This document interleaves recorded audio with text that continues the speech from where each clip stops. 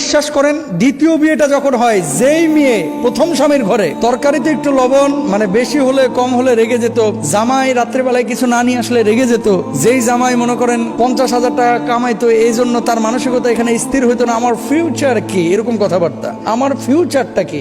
এই মেয়ে আবার দ্বিতীয় স্বামী যখন গ্রহণ করে, 30,000 টাকা বেতন পায় স্বামী, মেনে নেয়, কপালে যা ছিল তাই ছিল। তো তোর কপালে আগে যেটা ছিল এটা মানো নাই কেন?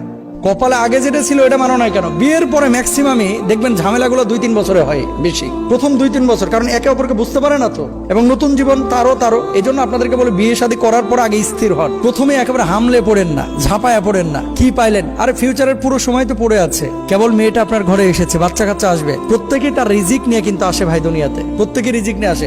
লাখ কেন কোটি কোটি মানুষ এই বাংলাদেশে আছে যারা বিয়ের পরে এমন একটা সময় চাকরি বাকরি হলো, পয়সা আল্লাহ তাআলা দেওয়া শুরু করলো, আগে জীবনে কল্পনাও করে নাই যে এরকম আমি টাকা পয়সা কামাইতে পারবো, কল্পনাও করে নাই। তো একটু সময় নেন।